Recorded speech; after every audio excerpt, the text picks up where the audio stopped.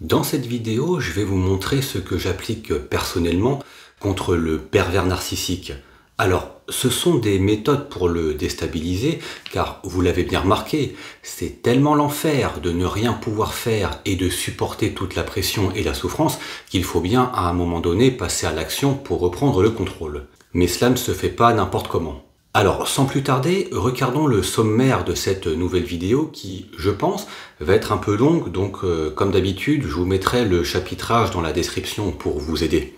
On va commencer par résumer en 1 minute ce qu'est un pervers narcissique. C'est très important, surtout pour les personnes qui nous rejoignent à travers cette nouvelle vidéo. Aussi, je précise que je parlerai de la femme pour désigner la proie, et d'un homme pour le pervers narcissique. Mais il en existe bien des deux côtés. Et une fois le pervers narcissique présenté, on passera aux 7 conseils que je vous ai préparés. Nous verrons entre autres la fermeture de son jeu diabolique, la fuite, la force tranquille, l'empathie et l'ironie. Les 2 derniers seront sans doute les plus efficaces tant pour le déstabiliser que pour vous en préserver. Et comme d'habitude, si mon contenu vous plaît et surtout vous est utile, merci de mettre un pouce et de vous abonner. Ça m'aide vraiment beaucoup. Alors, résumons simplement ce qu'est la perversion narcissique. Pour vous donner une métaphore, c'est une personne qui a l'air normale d'apparence, voire sympathique, sauf que dans sa tête, elle est restée bloquée à l'âge de 3 ans. C'est un enfant dans le corps d'un adulte, si vous préférez. Sauf qu'il a la mentalité de l'enfant tyran et invivable qui croit que le monde entier lui doit allégeance sans compromis. Par exemple, nous avons tous déjà vu dans le parc cet enfant qui hurle sur ses parents, qui se roule par terre et en même temps qui les tape. Eh bien, vous transposez cela dans le corps d'un adulte et vous avez le pervers narcissique. Et qu'il s'agisse de votre partenaire amoureux, de votre patron, d'une connaissance ou un membre de votre famille, les conséquences sont chaotiques pour vous et il faut absolument fuir. Premier conseil pour déstabiliser le pervers narcissique, il faut absolument fermer son jeu du diable, c'est-à-dire qu'on va arrêter le dialogue. Alors, ça paraît simple dit comme ça, mais je veux vraiment vous faire comprendre que quand il s'agit de se prendre la tête pour rien, à chipoter sur le moindre détail insignifiant, à couper la parole, à vouloir avoir le dernier mot et en même temps vous provoquer, dites-vous que le pervers narcissique est bien plus fort que vous à ce jeu-là. Mais surtout, il ne faut pas oublier l'aspect pervers, c'est-à-dire qu'il adore les conflits. C'est son carburant et il en a besoin. Donc, quand il vous voit vous prendre la tête pour vous défendre, même si à chaque fois c'est lui qui provoque le conflit, rappelez-vous qu'au fond de lui, il jubile. Même s'il ne le montre pas, il se réjouit de voir que vous entrez dans son jeu.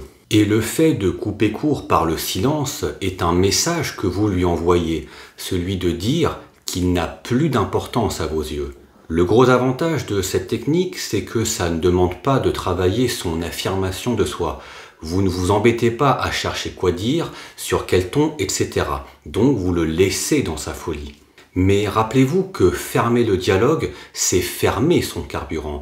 Donc il va finir par s'épuiser et il va voir que vous n'entrez plus dans son piège. Et ça, c'est très dur à vivre pour lui.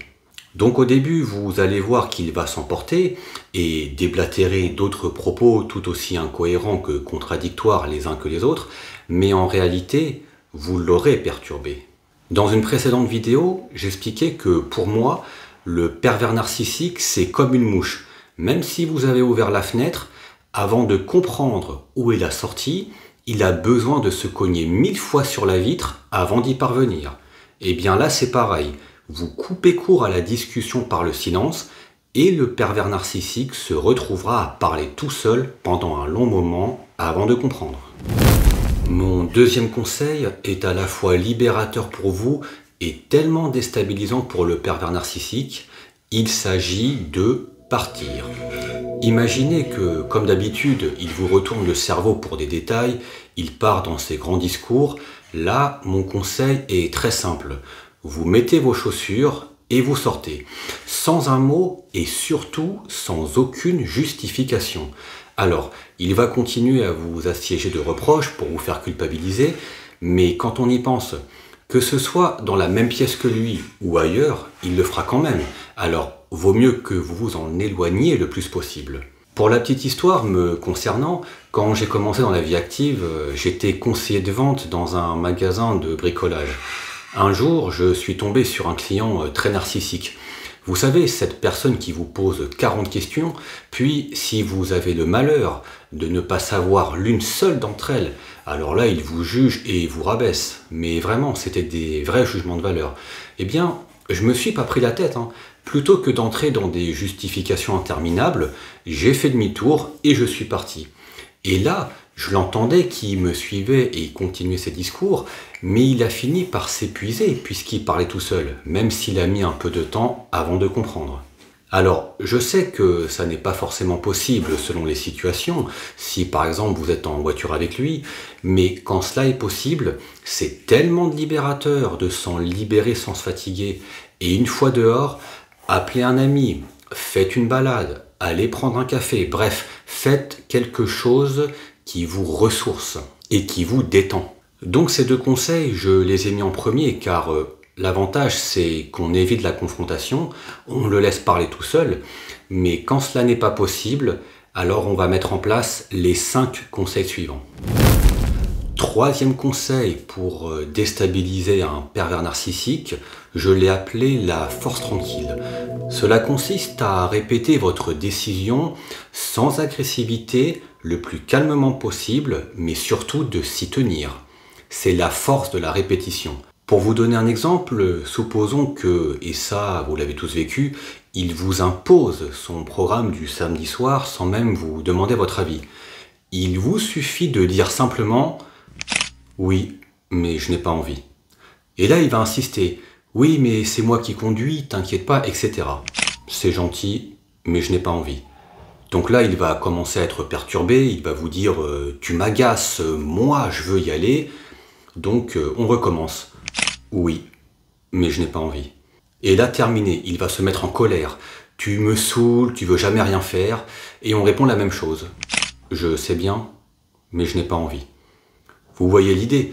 En fait, on ne s'énerve pas, mais on maintient sa décision. Ça, c'est très important parce que combien de fois un pervers narcissique vous pousse à bout, vous provoque, il vous rend folle, puis une fois que vous vous mettez en colère, là, il vous sort cette phrase horrible « Ah, tu vois bien que c'est toi qui es folle !» Et on l'a tous vécu celle-là, je vous rassure. En psychologie, on appelle ça le retournement. Eh bien, ce troisième conseil vous permettra de vous préserver de cette technique du PN. C'est pour ça que je l'appelle la force tranquille. Parce que on dit des choses calmement, on répète, et c'est une force puisqu'on ne capitule pas. Et ça, c'est très déstabilisant pour lui. Alors, on monte encore d'un niveau, et cette fois-ci, je vous propose pour ce quatrième conseil, l'empathie. Et oui, alors attention, je ne parle surtout pas d'essayer de le sauver, mais plutôt d'utiliser des propos empathiques. C'est presque la même chose que le conseil précédent, sauf que cette fois-ci, on va dans son sens.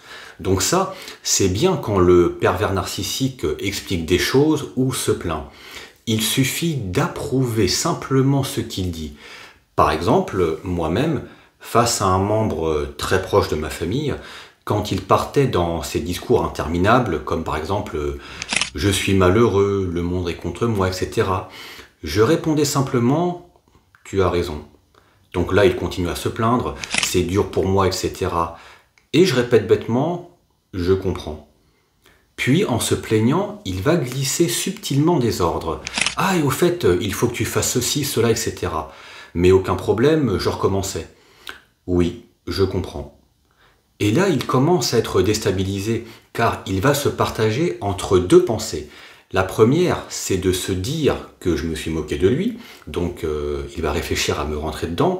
Mais de l'autre, c'est tellement délicieux pour le pervers narcissique quand on approuve son idée que ça finit par prendre le dessus, mais ça le laisse quand même perplexe. Car de toute façon, vous savez bien que si vous le contredisez, il peut s'emporter dans tous les sens, etc.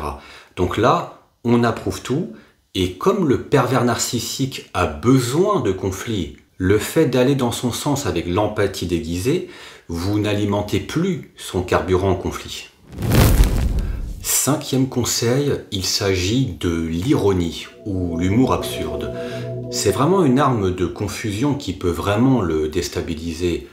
Par exemple, quand le PN vous dit que votre coiffure est moche, vous pouvez lui répondre simplement oui, c'est pour ça que je l'ai fait. Tu peux être belle, mais pas comme ça. Et là vous répondez oh, merci beaucoup. En fait, on ignore sa provocation. C'est quoi ces vêtements horribles? Vous répondez ce sont des vêtements horribles. Tu te fous de moi là? Je ne sais pas. Peut-être. Donc là, on sème le doute. Au début, tu étais plus féminine, mais depuis, je t'ai rencontré. T'as grossi, non? Oui, mais rassure-toi, je le vis bien. Merci. Donc là, on fait croire qu'on voit qu'il s'inquiète pour vous. Je vous raconte une deuxième anecdote qui m'était arrivée, donc toujours à mes débuts dans la vie active, quand j'étais conseiller de vente. Un jour, je suis allé en renfort dans un secteur qui n'était pas le mien. Je crois c'était la menuiserie. Et là, je tombe sur un autre client narcissique et méprisant qui me prend de haut, etc. Et vu que je maîtrisais pas le secteur en question, mais qu'il voulait rien entendre, il m'a sorti à la figure « Mais vous servez à quoi, vous ?» Et là, spontanément, je lui ai répondu « À rien. Je ne sais même pas pourquoi vous me parlez. » Alors, le but, c'était pas faire de l'humour, mais je me rappelle, j'ai vu dans ses yeux qu'il savait plus où se placer, parce que je l'avais pas agressé. J'ai ironisé ses propos en allant dans son sens, et c'est là qu'il s'est retrouvé coincé. En fait, l'ironie, c'est un tout petit peu moins subtil que l'empathie, donc ça peut le mettre en colère si vous y allez un peu fort. À vous de doser selon la susceptibilité du pervers narcissique avec qui vous êtes. Il reste 2 conseils, et ce sont mes préférés. Mon 6e conseil pour déstabiliser un pervers narcissique, c'est de dire du bien d'autrui, comme un ami commun, un collègue, un membre de la famille, un acteur, une chanteuse, ce que vous voulez. Et comme le pervers narcissique est dans l'unicité, il est invivable pour lui de ne pas être le centre de l'attention. Donc, si vous dites le bien d'une autre personne, il ne pourra pas vous attaquer de front, puisque vous ne vous en prenez pas à lui. Par contre, vous verrez qu'il va commencer à regarder le sol, il va sembler un peu perdu. Mais là où j'adore le faire, si vous pouvez, c'est de le faire en groupe. Parce que si vous dites du bien d'une personne et que vous avez un membre du groupe qui valide et poursuit le dialogue là-dessus, il y a désormais 2 personnes qui disent du bien d'un autre et non du pervers narcissique. Et ça, c'est vraiment déstabilisant pour lui. C'est pas plus compliqué que cela. Faites le test et vous verrez. Alors bien sûr, quand vous dites le bien d'une personne, il faut que ce soit sincère, hein, c'est ça le secret. Mais du côté du pervers narcissique, il ne le supportera absolument pas. Mon 7e conseil pour déstabiliser le pervers narcissique, il s'agit de parler de vous. Et oui, quand le pervers narcissique vous parle, on ne réagit pas à ce qu'il dit, mais on parle de soi. Et en même temps, c'est un magnifique exercice pour apprendre à vous affirmer et à dire du bien de vous-même. C'est l'occasion parfaite pour reprendre confiance en vous. Et vous allez voir, ce n'est pas si difficile qu'on ne le pense. Alors personnellement, dans le passé, je n'avais strictement aucune confiance en moi.